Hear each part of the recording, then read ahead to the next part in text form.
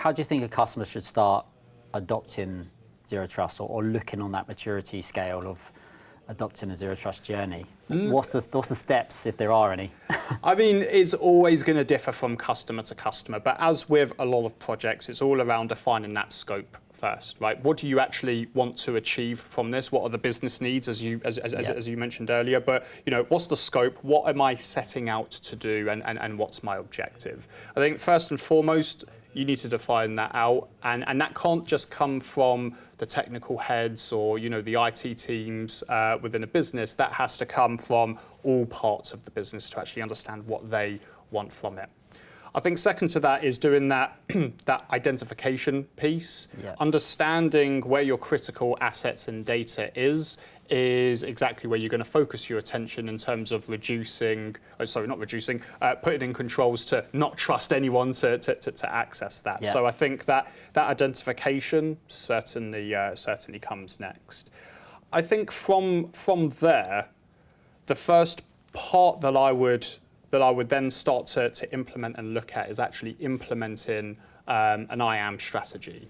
Identity and access management, it is a very big piece of Zero Trust. Yes, Zero Trust encompasses a lot of different security domains, but that identity piece is core, it's crucial.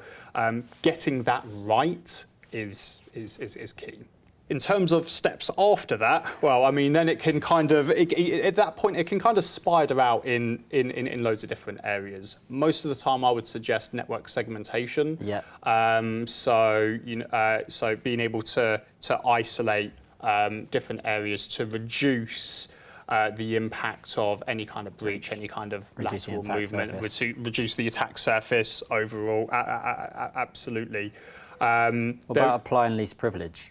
Applying least privilege, so whilst a lot of, I know a lot of people would argue that should fall under the IAM space, implementing least privilege, it can be quite onerous. I think it should be treated as separate, but as mentioned, that kind of spiders off from the IAM side. So I do network segmentation, privilege access management or least privilege, and then I'd probably look into monitoring security events, for any suspicious behaviour, and working on the overall incident response capability of an organisation. Agreed. And then I suppose the underpinning, the thing that wraps that up in a nice little package would be continuous improvement, just to make sure that our Zero Trust strategy is dynamic enough to respond to those threats. And if you say a customer went through every step of that, the steps you kind of mentioned, would you say that they're on a mature level of approach in a Zero Trust methodology? I would certainly say so, and I think a lot of customers are probably doing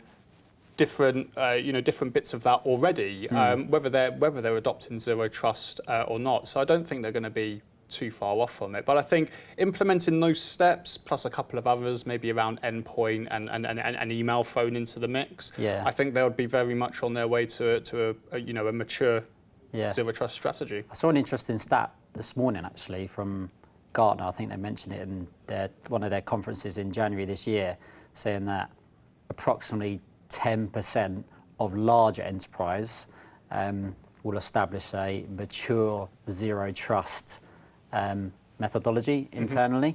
And I was thinking, okay, how do you determine what's mature based on what customer you're speaking to?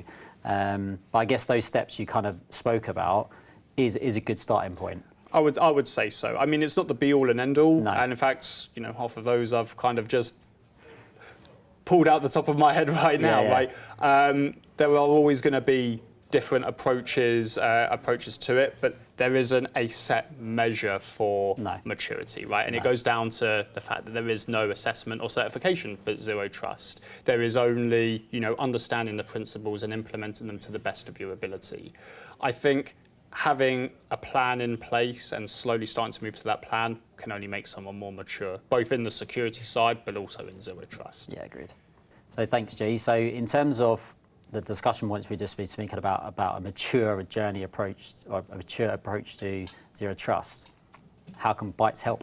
How can we support customers on that journey? There's loads of different things that Bytes can of course support with. whilst Zero Trust has a lot of different security domains, we have specialists in each of those areas that can absolutely support, whether it be piecemeal or even ad hoc. But what we also have is we do have a Zero Trust engagement.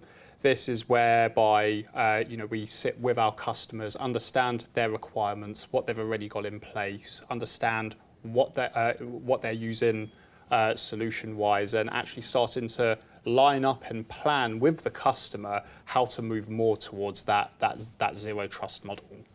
Now, this session is available for all of our customers at all shapes and sizes.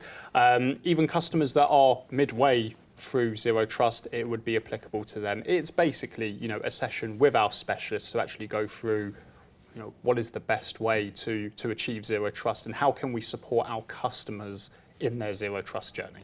And the actual Zero Trust overview, is that a session that's on-site, remote? How long does that last?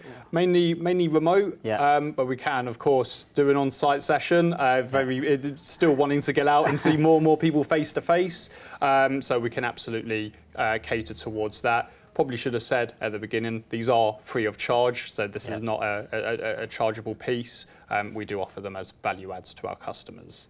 As I said, seeing as we've got a lot of specialists in different domains of security, these sessions are very good at being the front door into various other conversations and even other sessions off the back of that. We've had a couple of Zero Trust sessions where it's led into a CIS gap analysis or an email resilience market review. So it really allows us to understand where the customer is, but then also apply additional resource in the areas that are needed. Perfect. Yeah, I do believe that makes us unique in the market, really. We have those specialists that actually align to probably all of the Zero Trust pillars that can really go deeper into a particular area, because customers aren't going to adopt Zero Trust across every single bit of architecture. No, like you say at the start, not. they're going to focus on the critical assets or focus on the business needs, and that might be on their desktop estate.